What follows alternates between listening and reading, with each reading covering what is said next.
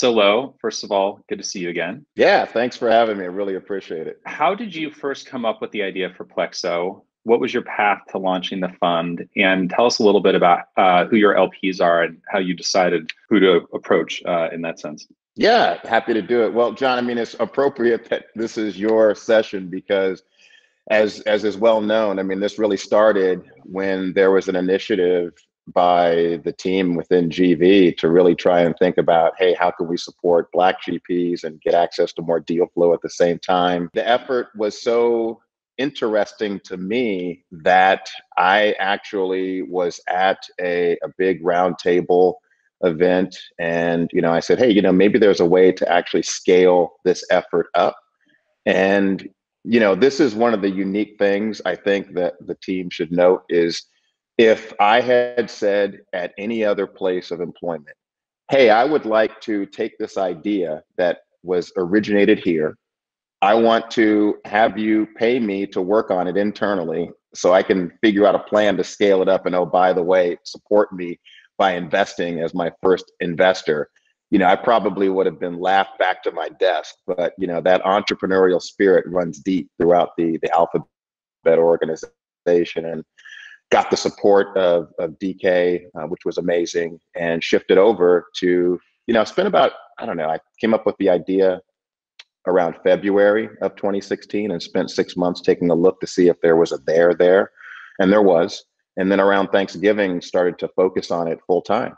And in essence, kind of shifted over to an EIR type of role. And as DK said, I took this idea that GV had and productized it, got the support to be able to incubate it inside for about a year and a half, and then spun out and in what was that, March of 2018, and had Alphabet come on board as our anchor investor, which was great. And then raised from Intel Capital, Cisco Investments, the Royal Bank of Canada, Hampton University, which is a historically Black college where I went to school. So super excited about that one, and closed it out with the Ford Foundation. So we raised $42.5 million for Fund One, made a few tweaks along the way, saw some similar dynamics in the path to venture capital that Black GPs have with women and other people of color. So we kind of added supporting those two as well. So, we look for great funds being led by Black GPs, female GPs, other people of color that are investing in really interesting things that we would like to invest into at Plexo Capital, but then also companies that we think might be interesting to some of our LPs that also invest. Probably, the best case study for that is, Blavity, a deal that we sourced through Cross Culture as well as Base Ventures. And then we ended up investing following the lead of GV for John's deal on the A with Morgan. So, I mean, that's really kind of the core of the strategy is we can create this platform that has all these different nodes. Plexo is Portuguese for intricate vascular network. And we like to think that this platform that we're building allows everyone to win. How is running your own fund a little different from the work that you did as an investor at GV and Comcast? So this is what I always say. There's so much empathy that I have on the other side of the table now for GPs. It's interesting when I think about what advice I was given on the path to being a VC, right? So being a GP is, someone said, hey, it's great if there's actually part of your career that provided exposure to the pain of being an entrepreneur. Because when you're a VC, on the other side of the table, the entrepreneurs will respect that and they'll appreciate the fact that, there's been a portion of your career in their shoes and there's a little bit of empathy. And so I get that. And I felt that.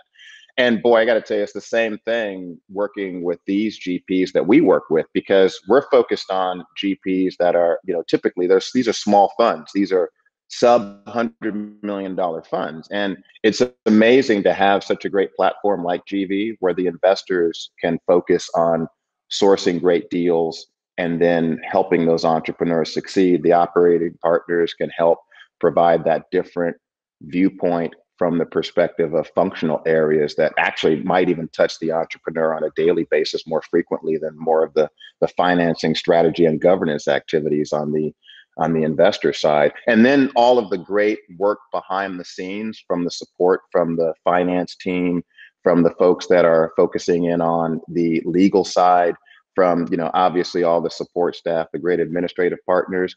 I mean, it's there's the ability to kind of just focus on one thing, where for me, for Fund One, I did everything. I was fundraising at the same time as making LP commitments.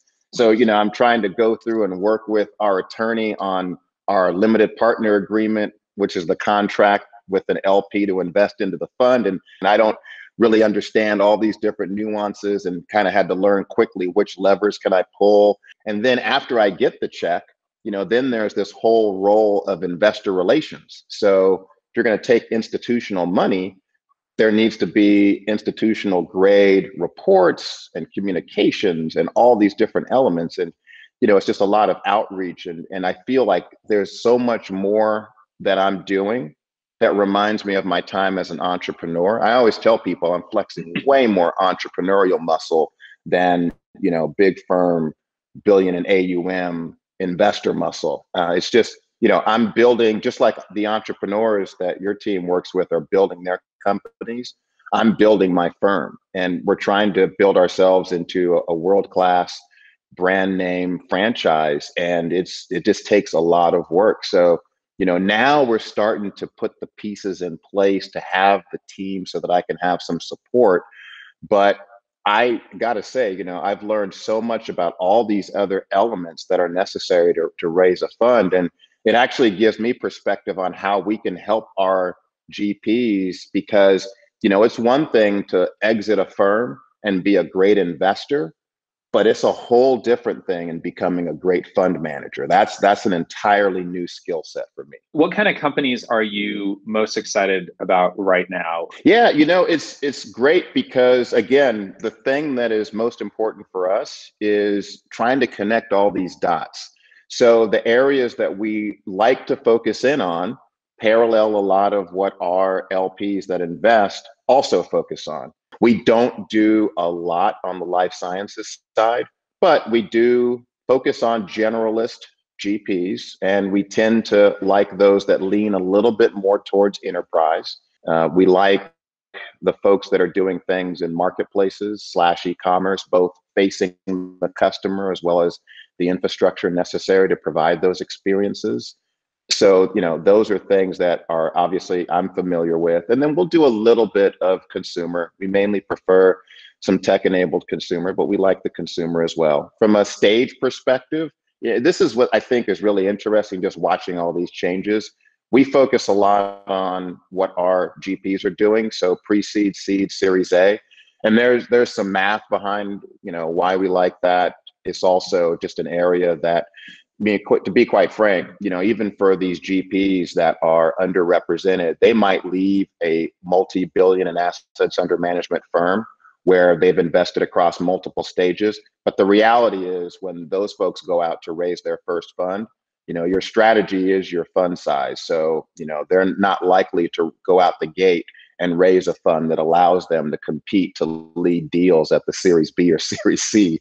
So, they're likely going to be doing things at the seed stage. That's the same with us. I think within our portfolio, we definitely try to share deals as much as we can. We're hiring a person that I'm calling corporate development, for lack of a better term, but it'll be an investor that'll really focus on connecting the dots. And, I think probably, the company that we most recently announced nearby, actually, that's a GV deal. So we're super excited. I'm a product nerd and have been following April anyway. So excited to see her company. And then we have a few other companies that, I think down the road that are seeing some good tailwinds from, what's happened over the past year. Kind of the unfortunate thing is there's been some positive things that have happened as well for some of these companies. So, I think for the most part, the companies that are most interesting to us, and look, we're not an ESG, we're not an impact investor per se, but it's something that I used to always tell people that would come to us when I was at GV. I'd say, look, we're not an impact investor, but we really like it when our investments have the ability to make an impact. And I think the lens that we try to look through are, what are those companies that are doing things to kind of narrow some of these gaps? I think there's the ability to make money and also, have this residual of something good that can happen on the back end. So we've got some interesting companies. I mean, there's one company, Arthur, that we recently participated in their round. I mean, they're kind of like a data dog to monitor AI algorithms. And the thing I think was interesting was the insight from the entrepreneur during a stint at a financial services company, where his observation was, these algorithms were basically going a little bit awry in terms of their goal, and it was having an impact on people of color. And so that was one of the motivating factors for him to start Arthur, to kind of monitor some of these algorithms. So, I think on the front end, optically, it might not look like, well, how could, some type of company that wants to be this data dog of AI, how could that possibly, have an impact? But, those are the types of things that we look for. I think the thing that I would really like to see, I mean, look, there's just so many great entrepreneurs.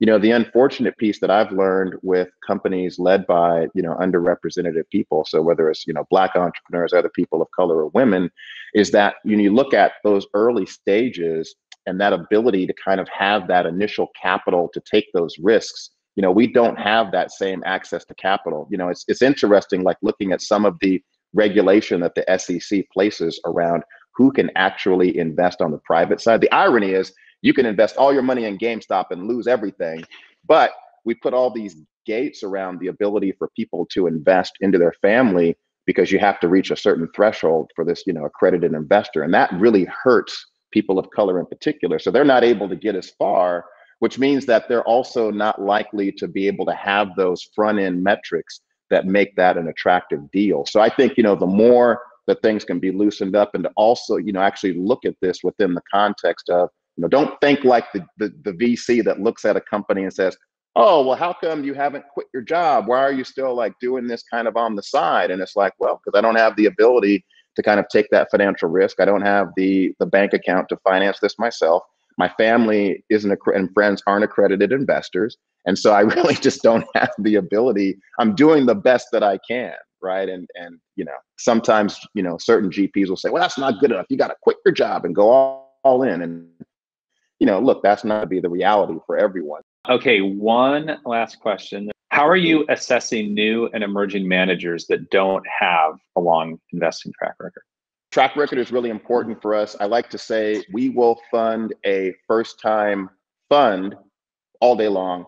Not so interested in first-time investors. So what we look for, the ideal track record from a Roman numeral fund 1 or 2, and they're on Roman numeral 2 or 3, that's great. Or if they have a track record that can be ported over, there's attribution allowed from the prior fund, that's great. If not, we'll work with the GP to kind of put together what deals they were part of, what their role was. Was it sourcing? Was it working on the diligence? Was it actually doing the deal and maybe taking the board or observer seat later on? We'll also look at folks that are prolific angel investors. I mean, probably the best case for that is Kindred. Kanye, who had existing experience, and then Steve Jang, who was just a prolific angel investor and had done built a great track record.